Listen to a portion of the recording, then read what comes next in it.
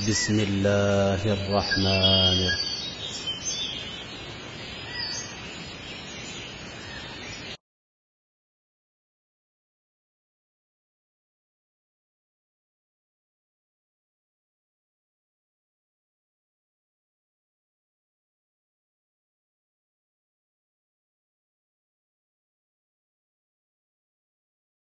الله نحمده ونستعينه ونستغفره ونعوذ بالله من شرور أنفسنا ومن سيئات أعمالنا من يهده الله فلا مضل له ومن يضلله فلا هادي له وأشهد أن لا إله إلا الله وأشهد أن محمدا عبده ورسوله. يا أيها الذين آمنوا اتقوا الله حق تقاته ولا تموتن إلا وأنتم مسلمون. يا أيها الناس اتقوا ربكم الذي خلقكم من نفس واحدة وخلق منها زوجها وبث منهما رجالا كثيرا ونساء واتقوا الله الذي تساءلون به والأرحام إن الله كان عليكم رقيبا. يا أيها الذين آمنوا اتقوا الله وقولوا قولا سديدا يصلح لكم أعمالكم ويغفر لكم ذنوبكم ومن يطع الله ورسوله فقد فاز فوزا عظيما. أما بعد فإن خير الحديث كتاب الله وخير الهدي هدي محمد صلى الله عليه وسلم وشر الأمور محدثاتها وكل محدثة بدعة وكل بدعة ضلالة وكل ضلالة في النار. فأعوذ بالله السميع العليم من الشيطان الرجيم. بسم الله الرحمن الرحيم. ومن يؤمن بالله يهدي قلبه. وعن أنس بن مالك رضي الله تعالى عنه قال قال رسول الله صلى الله عليه وسلم لا يجد عبد طعم الإيمان حتى يعلم أن ما أصابه لم يكن ليخطئه وما أخطأه لم يكن ليصيبه أو كما قال عليه الصلاة والسلام. محترم سامعین، قرآن پاک کی ایک چھوٹی سی آیت بلکہ آیت کا حصہ اور نبی علیہ السلام کی ایک حدیث ہم نے پڑھی ہے، جس حدیث کو بسند صحیح امام ابن ابی عاصم اور دیگر اہل علم نے حضرت انس بن مالک رضی اللہ تعالیٰ عنہ سے روایت کیا ہے، اور آج اس مجلس میں انشاءاللہ اسی آیت اور اسی حدیث پر ہم گفتگو کریں گے. اللہ تعالیٰ ہم سب کو عمل کی توفیق نصیب فرمائے.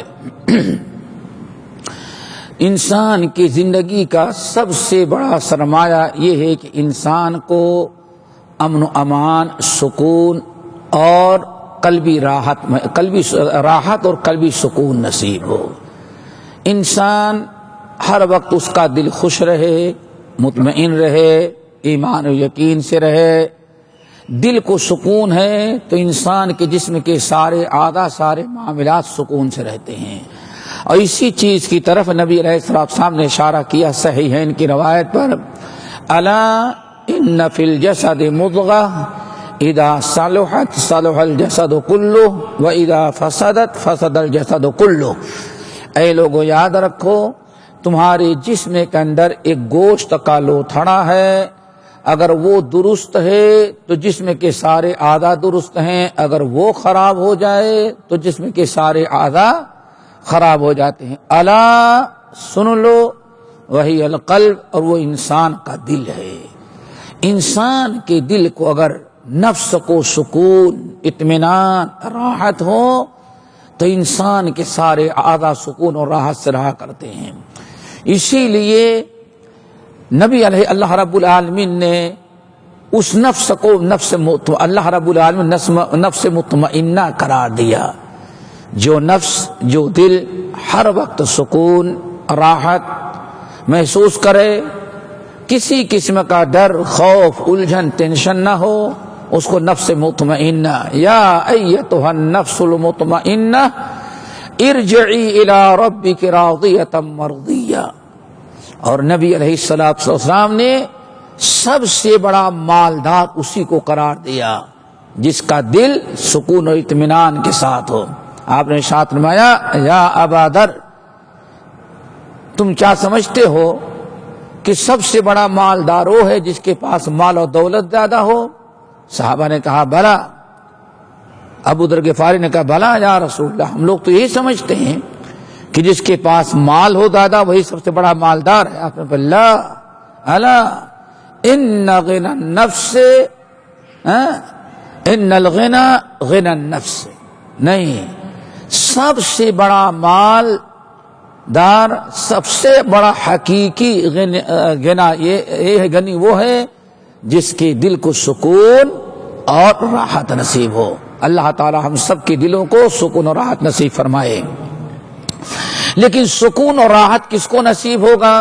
رب العالمین نے فرمایا وَمَن يُؤْمِن بِاللَّهِ يَهْدِ قَلْبَهُ، جو اللہ تعالی کو مضبوطی سے پکڑے گا، اپنا تعلق اللہ تعالیٰ سے مضبوط رکھے گا، اللہ تعالیٰ پر توکل رکھے گا، اللہ تعالیٰ کی باتوں پر یقین رکھے گا، اللہ فرماتے ہیں جس نے اللہ کو مضبوطی سے پکڑ لیا یہد قلبہ، تو اللہ تعالیٰ اس کے قلب کو صبر، ثبات، سکون، اطمینان عطا کریں گے۔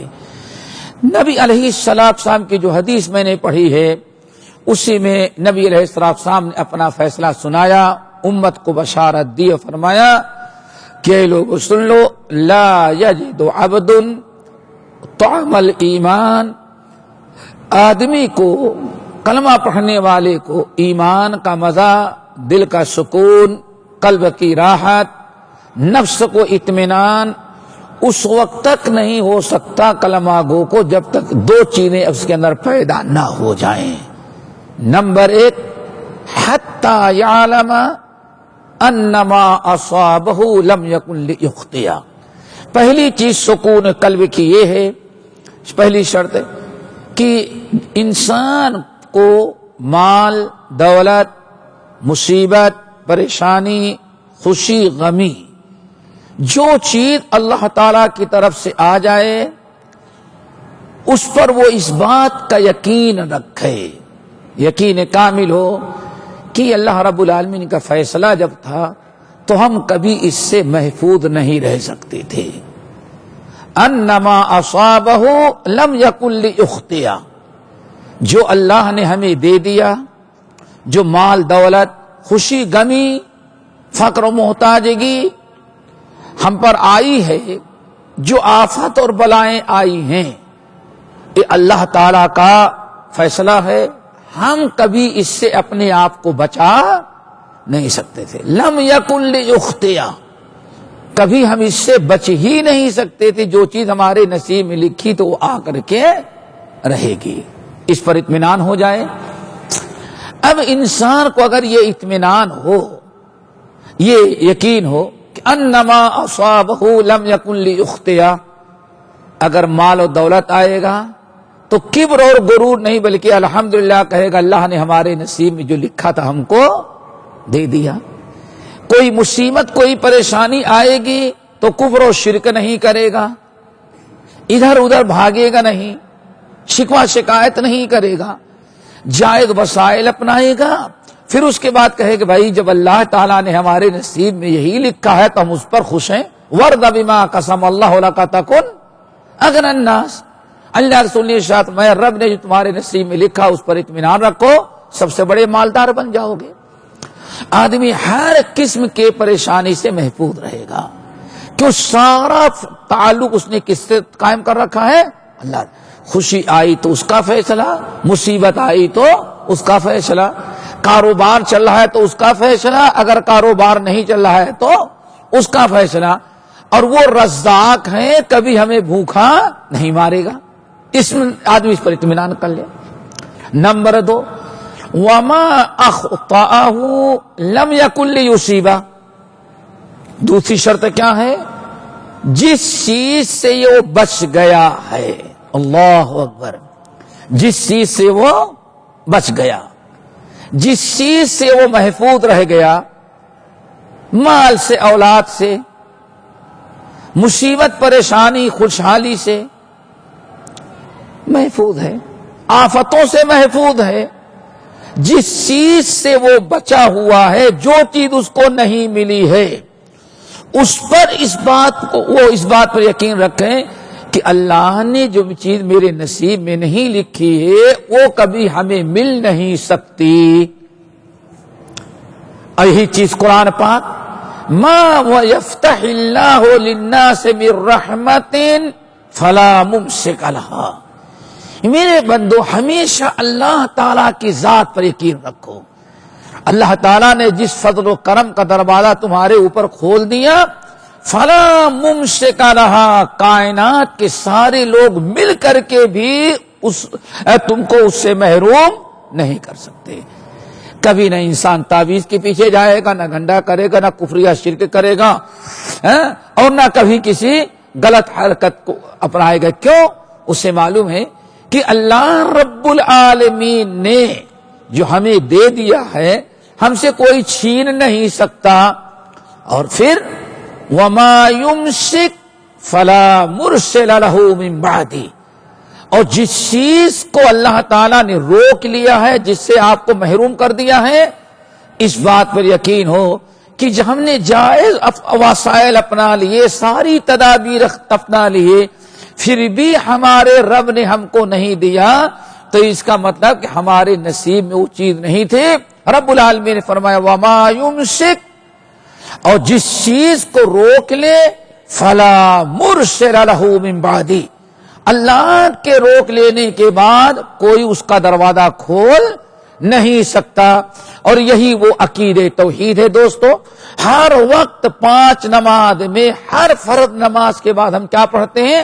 اللہم لا مانع لما اعطیت ولا معطی لما منعت۔ اللہ جسے آپ دے دیں اسے کوئی روک نہیں سکتا، میں اس سے کوئی محروم نہیں کر سکتا، اور جس سے آپ محروم کر دیں ہمیں کوئی اس سے نواز نہیں سکتا۔ یہاں جب انسان اس بات پر عقیدہ رکھیں تو یہاں ایک ضروری چیز اور ہے، اسے بھی ذہن نشین کر لیں کہ خوشی ہو یا غمی، بڑی سے بڑی مصیبت ہو یا پریشانی، اگر آپ نے اطمینان کر لیا کہ بھئی اللہ کا یہی حکم ہے، تو اس کے ساتھ ساتھ ایک چیز کا خیال اور ہونا چاہیے، اللہ نے ہمیں اس چیز سے محروم کر دیا ہے تو اس میں کوئی نہ کوئی خیر ہمارے حق میں ہے۔ کیوں؟ اللہ کسی بندے کا برا نہیں چاہے گا، اللہ کبھی کسی بندے کا برا چاہتا ہی نہیں۔ اس بات وما ربک بغلام للعبید، اے لوگوں یاد رکھنا آپ کا رب ذرہ برابر اپنے بندوں پر ظلم نہیں کرتا۔ اس لیے ہمیں یہ نہیں کہنا کہ اس کو اللہ نے دیا مجھے کیوں نہیں دیا۔ واللہ یعلم وانتم لا تعلمون، اللہ بہتر جانتا ہے کہ آپ کے حق میں کیا بہتر ہے، کیا بدتر ہے، کیا نقصان دہ ہے، کیا فائدہ مند ہے، اللہ بہتر جانتا ہے۔ اس پر اس حدیث پر ذرا غور کریں بطور مثال کے اختصاراً کہ ایک خاتون اپنے بڑے خوبصورت ہونہار بچے کو دودھ پلاتی ہوئی نبی علیہ السلام نے اشارہ کیا کہ ماں کی چھاتی وہ اپنے ہونٹوں کے نیچے دوائیں چوس رہا ہے۔ راستہ پکڑ کے جا رہی تھی، ایک بڑا عالی شان خوبصورت صحت مند شاہانہ لباس میں ایک شاہی گھوڑے سے گزرا وہاں سے۔ اس ماں نے اس نوجوان کو دیکھا تو ماں کے اندر تڑپ پیدا ہوئی، اللہ میرے بیٹے کو بھی ایسے ہی بنانا۔ کہتی ہے اللہم اجعل ابنی مثل ھذا، اللہ میرے بیٹے کو ایسے ہی بنانا۔ بظاہر بہت اچھی چیز ہے، لیکن نبی علیہ السلام فرماتے ہیں ماں نے فوراً ماں کی چھاتی چھوڑی، نگاہ ملائی اور اللہ تعالیٰ تو کہتا اللہم لا تجعلنی مثل ھذا، اللہ مجھے ایسے نہ بنانا۔ دودھ پینے والا بچہ آج تک اس نے کبھی زندگی میں بات ابھی نہیں کی تھی، لیکن آج ہم تمام لوگوں کی عبرت و نصیحت کے لیے ذرا سوچیں، ماں کہتی اللہم اجعل ابنی مثل ھذا، اللہ میرے بیٹے کو ایسے بنانا۔ وہ بچہ جو آج تک زندگی میں ابھی بات نہیں کیا تھا، ماں کی چھاتی چھوڑا اور کہتا اللہم لا تجعلنی مثل ھذا، اللہ میری ماں کو دعا قبول نہیں کرنا، مجھے ایسے نہیں بنانا. بڑا طویل واقعہ. آخر میں رسول اللہ صلی اللہ علیہ وسلم ارشاد فرماتے ہیں اس وقت جو نبی تھے ان پر وحی آئی اور پوری تفصیل یہ ہوئی کہ ماں جو کہہ رہی تھی، ماں بڑی پریشان، ہائے بیٹا کیسا ہے. جب میں کہتا ہوں اللہ تعالیٰ مجھے میرے بیٹے کو ایسے بنانا، تو یہ کہتا اللہ مجھے ایسے نہیں بنانا. وجہ کیا تھی؟ وجہ یہ تھی اللہ تعالیٰ کی طرف سے وحی آئی کہ اصل میں یہ جو کو دیکھ کر کے ماں للچا گئی اور دل میں تمنا آئی کہ میرے بیٹے کو اللہ ایسے ہی بنانا، دعا کی، وہ وقت کا سب سے بڑا نمبری ڈاکو اور بدماش انسان ہے. اللہ دیکھا آپ نے، واللہ یعلم وانتم، اللہ نے آپ کو نوکری کروایا آپ سے، ہو سکتا انگوٹھا چھاپ کو سیٹھ بنایا ہو، لیکن آپ یہ سوچیں وہ نالائق جاہل رہ کر کے سیٹھ بنا اور اللہ نے ہم نے اتنے تعریف حاصل ان کو اس کا نوکر بنایا. منیجر وہ اور سیلس مین میں، سیٹھ ہو نوکر میں. اللہ پر نہیں، پتا نہیں کہ اس میں کیا مصلحت ہے. ہو سکتا ہے آپ کو اتنا مال دے دیتا تو آپ لوگوں پر ظلم کرتے، بے دین ہو جاتے. کیا مصلحت ہے اللہ بہتر جانتا ہے. اللہ کے نبی نے بیان فرمایا وہ وقت کا سب سے نمبری ڈاکو تھا. اگر ماں کی دعا قبول کر لیتا تو ڈاکو اللہ اس کو بنا دیتا. تو آئے دن ماں کی بے عزتی، توہین، پولیس کھڑی ہے، بیٹا جیل کے اندر، گالیاں دی جا رہی. لیکن اللہ بہتر جانتا ہے کہ کس کو کیا بنائے، کس کو کس حالت میں رکھے. اسی لیے ہر کلمہ گو کے لیے ضروری ہے کہ اگر اطمینان قلب چاہتا ہے تو اللہ جس حالت میں اس کو رکھے وہ سوچے کہ میرے حق میں یہی بہتر ہے جو میرے رب نے ہمیں رکھا ہے. واللہ یعلم وانتم لا تعلمون، اللہ بہت بہتر جانتا ہے تمہارے حق میں کیا بہتر ہے. اسی لیے استخارہ جو انسان کرتا ہے تو نہیں کہتا اللہ تعالیٰ نہیں مجھے اس سے شادی کرنی ہے، ہمارا اللہ تعالیٰ رشتہ جوڑ دے اس سے. نہیں، استخارہ کا مطلب کیا ہے؟ اللہم ان کان ھذا الامر، اللہ یہ چیز اگر میرے حق میں بہتر ہے، آپ جانتے میں نہیں جانتا. بظاہر بہت اچھا رشتہ ہے، سیٹھ ہے باپ، لڑکی پڑھی ہے، یا لڑکا بڑا اچھا برسر روزگار ہے، بظاہر تو یہی کہتا ہے آپ کہیں اللہ تعالیٰ اسی سے شادی کروا دے. لیکن استخارے میں اللہ نے کیا بنا، اللہ نے کیا فرمایا، کبھی یہ نہ کہو، کیا کہو، اے اللہ یہ رشتہ اگر میرے حق میں بہتر ہے، یہ کاروبار، یہ دکان کرنا، فلاں جگہ جانا میرے حق میں بہتر ہے تو اللہ تعالیٰ میرے حق میں، اللہ تعالیٰ اس کے لیے اس کو آسان کر دے. اور اگر میرے حق میں خیر نہیں شر ہے تو اللہ تعالیٰ ہم کو اس سے بچا لے. کیوں؟ اللہ مستقبل کی خبر آپ جانتے ہیں، ہم نہیں جانتے. چنانچہ آدمی کیا کہتا ہے، بھائی میں تو سب ٹھیک ٹھاک دیکھ کر کے کیا لیکن بعد میں پتا چلا یہ رشتہ غلط تھا. دیکھا تو کرنے کے پہلے ہی کس کے اوپر ڈال دیا جائے معاملہ؟ اللہ پر. اسی لیے اللہ رسول جو اللہ تعالیٰ کے اوپر ڈال دے، اللہ آپ جو بہتر جانتے وہ کریں، وہ کبھی نقصان اور خسارہ نہیں اٹھائے گا. کیوں؟ اس نے عالم الغیب والشہادہ پر، ارحم الراحمین پر معاملہ ڈال. اللہ ہم نہیں جانتے، میری ماں سے، میرے باپ سے، میرے اپنی ذات سے جتنا آپ میرے حق میں بہتر جانتے ہیں کوئی نہیں جانتا. اسے اللہ پر ہم نے آپ پر ڈال دیا. یہی استخارے کا مطلب ہے. تو دوستو اسی لیے ہمیشہ سکون، راحت ہر وقت انسان کو کب نصیب ہوتا ہے؟ جب وہ ان باتوں پہ یقین رکھے اور اس اطمینان کے ساتھ رہے کہ رب نے مجھے جس حالت میں رکھا ہے میرے حق میں وہی بہتر ہے. کیوں؟ اللہ تعالیٰ ہمارے اگلے پچھلے حالات کو زیادہ جانتا ہے. اللہ تعالیٰ ارحم الراحمین ہے. ہم اپنے بارے میں جتنا نہیں سوچتے اس سے کہیں زیادہ اللہ ہماری فکر کرتا ہے. حضرت ابو درداء رضی اللہ تعالیٰ عنہ کی بات ہمیں یاد ہے، بڑی پیاری ہے، اس کو یاد رکھیں آپ لوگ. امام حضرت ابو درداء رضی اللہ تعالیٰ جو جلیل القدر صحابی ہیں، ان سے امام طبرانی اور امام ابو نعیم صاحب الحلیہ نے نقل کیا، کہتے ہیں ذروۃ الاسلام اربعہ، اس دنیا کے اندر اگر کوئی اپنی دین کو باقی رکھنا چاہتا ہے، اپنے دین اور اپنے عقیدوں کو اچھا سے اچھا اعلی مقام تک پہنچانا چاہتا ہے تو 4 چیزیں ہیں، انہی 4 چیزوں کی بنا پر انسان کا ایمان بہت اونچا ہو جاتا ہے، ایمان کا عقیدہ بڑا ہائی ہو جاتا ہے، ایمان کا دل بڑا سکون میں آ جاتا ہے۔ اللہ تعالیٰ وہ 4 چیزیں ہم سب کو نوازے۔ ذرا سنیں، نمبر 1 الحکم للصبر، الحکم للصبر، نمبر 2 والرضا بالقدر، نمبر 3 والاخلاص فی التوکل، نمبر 4 والاستسلام لربہ عز وجل۔ بڑی پیاری بات بیان ابو درداء علماء صحابہ میں سے، کہتے ذروۃ الاسلام اربعہ، ذروۃ الایمان اربعہ، اسلام کی ایمان کی سربلندی اور چوٹی، اور بہت اعلیٰ درجے کا مومن بننا چاہے، ایمان کو بڑھانا چاہے تو 4 چیزیں ہیں۔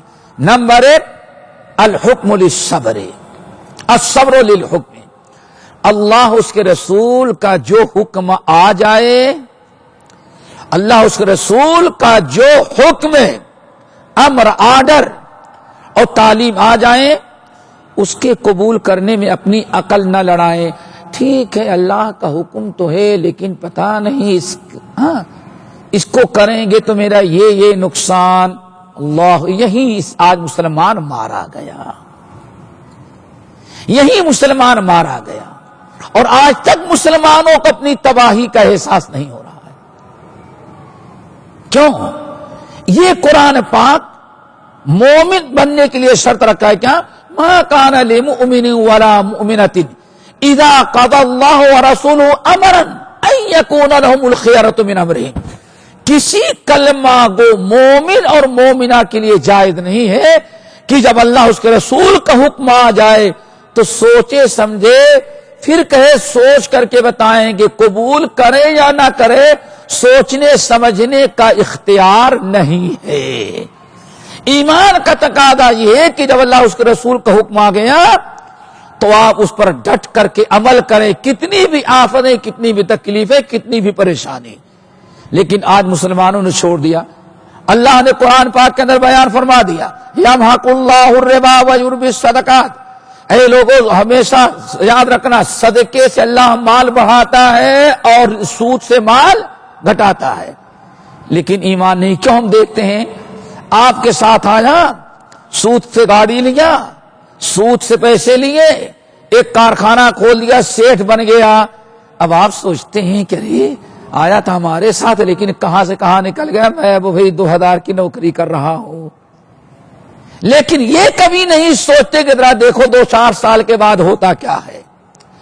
2-4 سال کے بعد وہ اندر ہوتا ہے اور آپ اپنی ڈیوٹی پر 2000 کماتے رہے، ہو سکتا ہے 2 کے بعد 2.5 ہو جائے گا۔ عزت کس کو ملی؟ جس نے اللہ کے حکم پر یقین کیا، اور وہ ذلیل اور خاروت آئے دن دیکھتے رہتے ہیں۔ آج ساری پریشانی ابھی جو آئی ہے آپ دیکھیں، وہی پریشان ہوگا جس نے یہاں وہاں سے ہاتھ مار کر کے کچھ اپنا بڑا آگے بڑھنا چاہا، اور جو انسان قناعت کرتا رہا جیسے پہلے تھا ویسے اب بھی ہوگا، وہ سکون کے ساتھ۔ تو اللہ رب العالمین کا حکم قرآن بیان کرے، فَأَذَنُوا بِحَرْبٍ مِّنَ اللَّهِ وَرَسُولِهِ، اے سود لینے والو، اگر تم سود سے بعد نہیں آتے تو اللہ اس کے رسول سے جنگ کرنے کیا اعلان ہو گیا، تم سے جنگ کرو۔ اللہ، اتنی وعیدوں پر ہماری نگاہ نہیں جاتی، صرف ایک مرتبہ ہم لوگوں کو ذرا آگے بڑھتے ہوئے دیکھ لیتے ہیں۔ تو الصبر للحکم، جہاں اللہ اس کے رسول کا حکم آ جائے، کتنی بھی تکلیف، کتنا بھی آپ کو بظاہر خسارہ نظر آئے، لیکن آپ سوچ لیں اللہ اس کے رسول کی فرما برداری میں کبھی نقصان اور خسارہ نہیں ہے۔ آپ اس پر یقین کر کے قبول کر لیں۔ آج اس کی بڑی نمبر 2 والرضا بالقدر، اللہ تعالی نے جو تقدیر میں ہمیں لکھ دیا، ہمارے نصیب میں لکھ دیا ہے، اللہ نے جو ہمارے نصیب میں لکھا، آپ اس پر راضی رہیں۔ راضی بقضا ہو تو الہی کا مدہ دیکھ، دنیا ہی میں بیٹھے جنت کی فضا دیکھ۔ انسان اللہ تعالی کے فیصلے پر راضی رہے۔ اللہ نے جو اولاد دیا، جتنی دیا، جتنا مال دیا، جتنی صحت دیا، اس پر خوش رہیں۔ اللہ نے نہیں اولاد دیا تو کم سے کم سوچو، اللہ اولاد نہیں دیا، کم سے کم زندگی تو دی ہے۔ یہ بھی تو ہو سکتا ہے کہ ہماری زندگی اللہ چھین لیتا ہم سے۔ اللہ رب اولاد تو نہیں دیا، کم سے کم بیوی تو دی ہے۔ کتنے لوگ ایسے ہیں بوڑھے ہو گئے، رشتے ڈھونڈے لیکن آج تک بیوی نہیں ملی، شوہر نہیں ملا۔ تو ان کو دیکھو جن کو اللہ نے بہت ساری چیزوں سے محروم ہے، جو تم سے بھی زیادہ کموا دے، ان پر آپ نگاہ کریں۔ ہمیشہ اللہ تعالیٰ کا شکر ادا کرو گے۔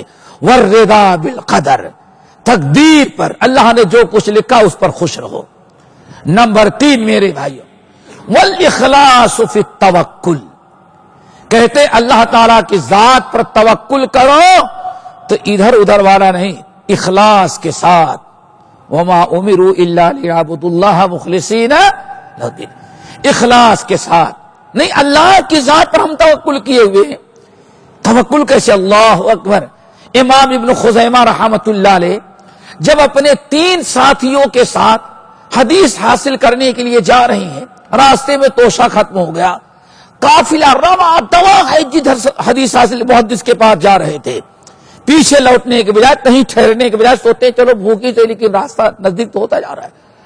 آخر کار ایک ایسے علاقے میں پہنچے کہ ایک بے ہوش ہو کے گرا، دوسرا بے ہوش ہو کے گرا، تیسرا بے ہوش ہو کے گرا۔ کچھ لوگوں نے کہیں پانی گزرتے ہوئے دیکھا، لا کی چھینٹیں ماری، پانی پلائے، ہوش آیا۔